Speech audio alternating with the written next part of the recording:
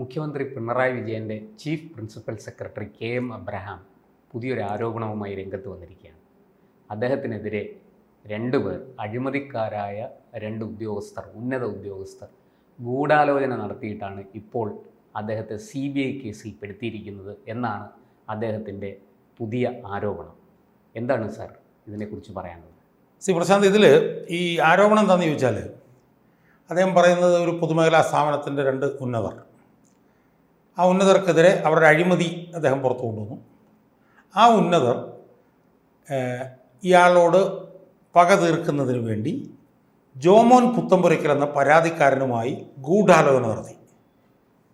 ഇതാണ് അയാളുടെ ഏറ്റവും പ്രധാനപ്പെട്ട ആൾ. അതിന് തൻ്റെ തെളിവുണ്ട്. Call records, CDR detail records തൻ്റെ ഉണ്ട്. അതിൽ ഒരാളുമായി 10,000 മിനിറ്റും ഒരാളുമായി 4,000 മിനിറ്റും. അതിൻ്റെ കുറച്ച് വിശദാംശങ്ങൾ എനിക്ക് പിന്നീട് പറയാനുണ്ട്, ഞാൻ പറയാം.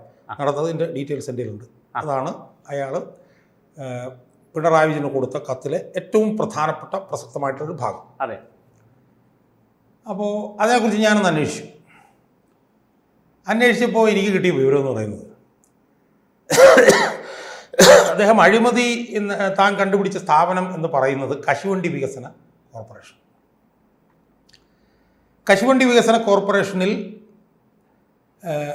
അദ്ദേഹം ആ അഴിമതി അന്വേഷണവുമായി മുന്നേറിയത് ഉമ്മൻചാണ്ടിയുടെ ഭരണകാലത്തായിരുന്നു, 2011-2016 കാലം.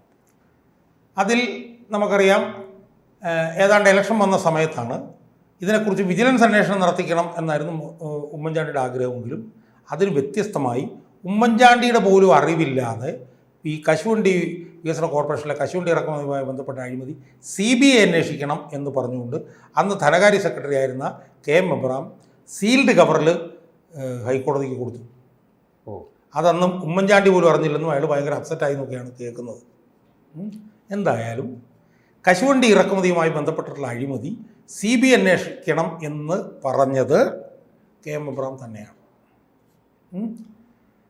ആ അന്വേഷണം മായി ബന്ധപ്പെട്ടുള്ള വിഷയങ്ങൾ ഏതാണ്ട് 2014-15 ആരംഭിച്ച് അതിപ്പോൾ 2025 ആയപ്പോഴത്തേക്ക് ഒരു നിർണായക ഘട്ടത്തിൽ വന്ന് നിൽക്കുകയാണ്. അതിൻ്റെ നാൾ വഴി നമ്മൾ നോക്കിക്കഴിഞ്ഞാൽ ഈ അഴിമതിയുമായി ബന്ധപ്പെട്ട് സർക്കാരിൻ്റെ തന്നെ 2-3 റിപ്പോർട്ടുകൾ വന്നു, 4-5 റിപ്പോർട്ടുകൾ വന്നു. അതിനുശേഷം വിജിലൻസ് അത് ശരിവെച്ചു, CBI അത് ശരിവെച്ചു. CBI റിപ്പോർട്ടിൽ അത് വന്നു, CBI അന്വേഷിച്ചു, വിചാരണ ചെയ്യണം എന്ന് പറഞ്ഞു. ആ ഘട്ടത്തിൽ വന്നപ്പോഴത്തേക്കാണ്, അല്ലെങ്കിൽ ആ ഘട്ടവും അതിന് തൊട്ട് മുമ്പത്തെ ഘട്ടത്തിൽ തന്നെ ഇതിൽ പ്രധാനപ്പെട്ട 2 പേർ എന്ന് പറയുന്നത്, ഒന്ന് ആ കാലത്ത് കശുവണ്ടി വികസന കോർപ്പറേഷനായിരുന്ന പിൽക്കാലത്ത് INTUCയുടെ സംസ്ഥാന പ്രസിഡൻ്റായിട്ടുള്ള R. ചന്ദ്രശേഖരനും, 2 അന്ന് കശുവണ്ടി വികസന കോർപ്പറേഷനിൽ MD ആയിരുന്ന K. രതീഷ് എന്ന് പറഞ്ഞിട്ടുള്ള ഒരു ഉദ്യോഗസ്ഥൻ. ഇവർ 2 പേരുമാണ് പ്രധാനപ്പെട്ട പ്രതികളായി വന്നത്.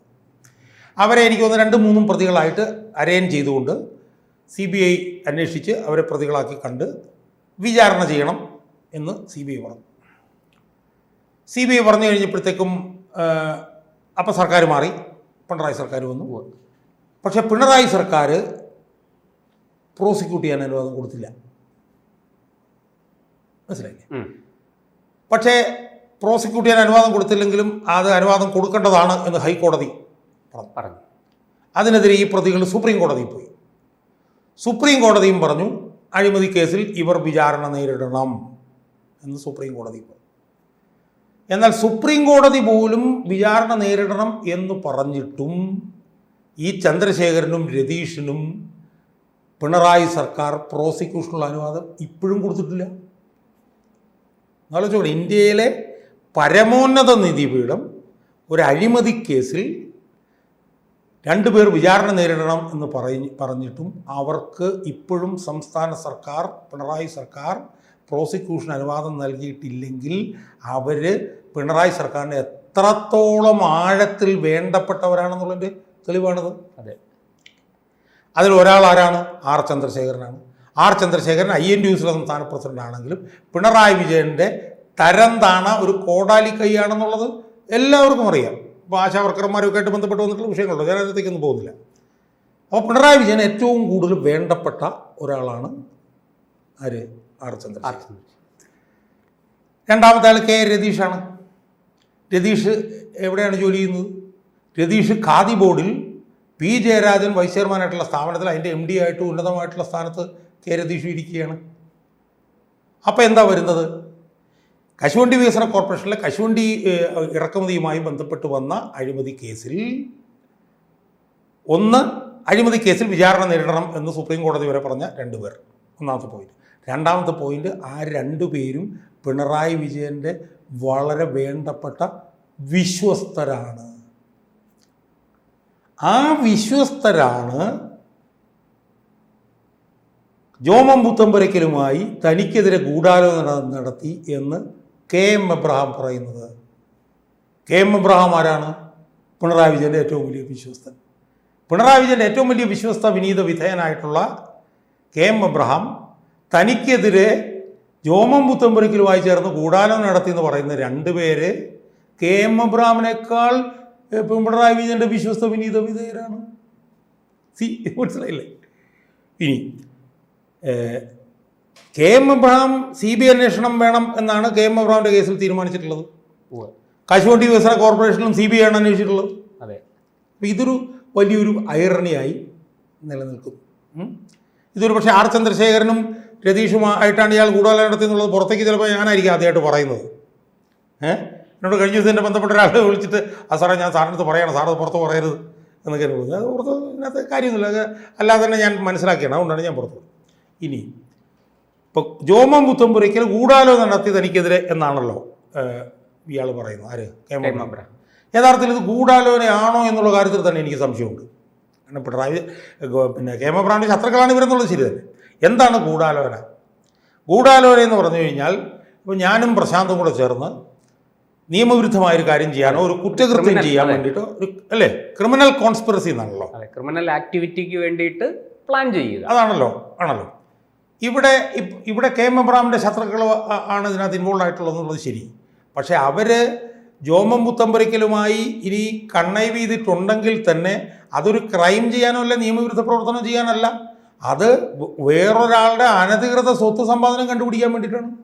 അപ്പോൾ അതെങ്ങനെയാണ് ഈ കോൺസ്പിറസിയുടെ വകുപ്പിൽ വരും? കാരണം ഇപ്പം ജോമം പുത്തമ്പുരയ്ക്കലും R ചന്ദ്രശേഖരൻ രതീഷും കൂടി KM എബ്രഹാമിൻ്റെ ഒരു കോടി രൂപ തട്ടിയെടുക്കാനോ അല്ലെ KM എബ്രഹാമിനെ കൊല്ലാനോ കണ്ണൈവ് ചെയ്തിരുന്നെങ്കിൽ അത് ക്രിമിനൽ കോൺസ്പിറസി. ഇതല്ല, ഇത് അയാളുടെ വരവിൽ കവിഞ്ഞ സ്വത്ത് സമ്പാദിക്കാൻ വേണ്ടിയിട്ട് ചെയ്തതാണ്. അപ്പോൾ അത് ഗൂഢാലോചനയുടെ പരിധിയിൽ വരില്ല. പക്ഷെ ഇതിനേക്കാളൊക്കെ വലിയൊരു ക്രൈം അതിനകത്ത് അയാളുടെ കത്തിനകത്ത് കിടപ്പുണ്ട്. എന്താണ് അയാൾ പറയുന്നത്? ഈ ഗൂഢാലോചന നടത്തിയിട്ടുള്ള ഒരാളുമായി 10,000 സെക്കൻഡും വേറൊരാളുമായി 4,000 സെക്കൻഡും ജോമം പുത്തമ്പുരയ്ക്കൽ സംസാരിച്ചതിൻ്റെ കോൾ ഡീറ്റെയിൽ റെക്കോർഡ് CDRകൾ എൻ്റെ കൈവശമുണ്ട് എന്ന് മുഖ്യമന്ത്രിയുടെ ചീഫ് പ്രിൻസിപ്പൽ സെക്രട്ടറി ആയിട്ടുള്ള KM എബ്രഹാം പരസ്യമായി പറഞ്ഞു കഴിയുമ്പോൾ തന്നെ അയാൾ കേസിൽ പ്രതിയായി കഴിഞ്ഞു.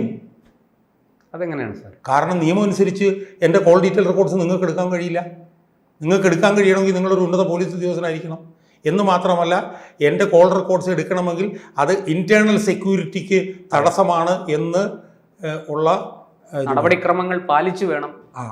അത് തന്നെ ഇൻറ്റേർണൽ സെക്യൂരിറ്റിക്ക് തടസ്സമാണെന്ന് പറഞ്ഞാൽ മാത്രമേ പറ്റൂ, ആരുടെയും പറ്റില്ല. അപ്പോൾ ഇതിൽ നിന്ന് വളരെ ഗുരുതരമായൊരു വിഷയം വരുന്നത് ഇയാൾ കോൾ ഡീറ്റെയിൽ CDRകൾ ആളുകളുടെ ശേഖരിക്കുന്ന ആളാണ് എന്നുള്ളതാണ്. അയാൾക്കൊരു പോലീസ് ഉദ്യോഗസ്ഥനാണ് അത് ചെയ്തു കൊടുത്തിട്ടുള്ളതെങ്കിൽ ആ പോലീസ് ഉദ്യോഗസ്ഥനും കുരുങ്ങും എന്നുള്ള വിഷയം. അപ്പം ഇയാളുടെ അതിബുദ്ധി കൊണ്ട് ഇയാൾ സ്വയം കുഴിച്ചൊരു കുഴിയിൽ ചെന്ന് ഇയാൾ ചാടിയിരിക്കുകയാണ്. ഇയാൾ ചെയ്തിട്ടുള്ള കാര്യങ്ങൾ, പരസ്യമായി പറഞ്ഞിട്ടുള്ള കാര്യങ്ങൾ വെച്ചിട്ട് തന്നെ ഇയാൾക്കെതിരെ കേസെടുക്കാവുന്നതാണ്. നമുക്കറിയാം, ഇപ്പോൾ കേരളത്തിലെ ഗവർണർ പിന്നെ PV അൻവർ പിന്നെ ഫോൺ ചോർത്തി എന്ന് പറഞ്ഞിട്ടുള്ള വിഷയത്തിൽ സർക്കാരിനോട് വിശദീകരണം ചോദിച്ചതാണ്. ഈ ഗവർണറാണോ മുമ്പത്തെ ഗവർണറാണെന്ന് അറിയാം, മുമ്പത്തെ ഗവർണർ. ആ സാഹചര്യത്തിൽ ജോമം പുത്തമ്പുരയ്ക്കലിന് വേണമെങ്കിൽ ഈ ഗവർണർക്ക് ഒരു പരാതി കൊടുക്കാം. പരാതി കൊടുത്ത ഗവർണർ അതിനകത്ത് തുടർ നടപടികൾ എടുക്കേണ്ടി വരും. അപ്പോൾ ഇത് ഇയാൾക്ക് വലിയ അതിഭീകരമായിട്ടുള്ള പ്രശ്നമാണ്. ഇനി അടുത്ത പ്രധാനപ്പെട്ട പ്രശ്നം എന്താ? ഇയാൾ ഈ വിധിന്യായത്തിൽ ഒരുപാട് കുഴപ്പങ്ങളുണ്ടെന്നൊക്കെ പറയുന്നുണ്ടല്ലോ. ആ കുഴപ്പങ്ങൾ ഉണ്ട് എന്ന് അയാൾ പരാതിക്കാരൻ എന്നുള്ളതിൽ പുറത്തു പറയാൻ പാടില്ല. അയാൾക്കൊരു CBI അന്വേഷണം പ്രഖ്യാപിച്ചിരിക്കുകയാണ്.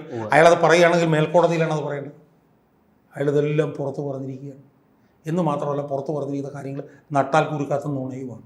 ഇപ്പോൾ ഉദാഹരണത്തിന് അയാളുടെ കത്തിൻ്റെ കൂടെ അയാളുടെ ഭാര്യയുടെ ബാങ്ക് ട്രാൻസാക്ഷൻസ് എല്ലാം പറഞ്ഞിട്ടുണ്ട്. എന്നിട്ട് അയാൾ പറയുന്നത് പിന്നെ ഈ രേഖകളെല്ലാം കോടതിയുടെ മുന്നിലുണ്ടായിരുന്നു, പക്ഷേ കോടതി അതൊന്നും പരിശോധിച്ചില്ല എന്നാണല്ലോ അയാൾ പറയുന്നത്. ഏറ്റവും വലിയ രസകരമായ കാര്യം ഇതാണ് വിധിന്യായം. ഈ വിധിന്യായത്തിൽ 65 പേജ് മുതൽ 66ാമത്തെ പേജ് മുതൽ 74ാമത്തെ പേജ് വരെയുള്ളത് ഡോക്യുമെൻ്റ്സ് ആണ്, കോടതിയിൽ സമർപ്പിക്കപ്പെട്ട രേഖ.